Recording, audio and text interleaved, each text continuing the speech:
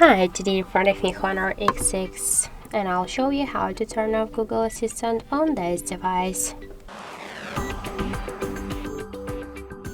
So first open the Google application and after that tap on the right upper corner.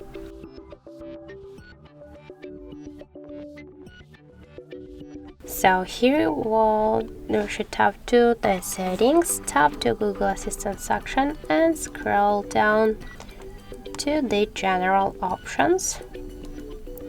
Just here you'll see Google Assistant switcher is turned on, and to turn off this option we should tap on the switcher and confirm our action by tap to turn off button. And that's it. So thank you for watching, and if you find this video helpful, leave thumbs up and subscribe.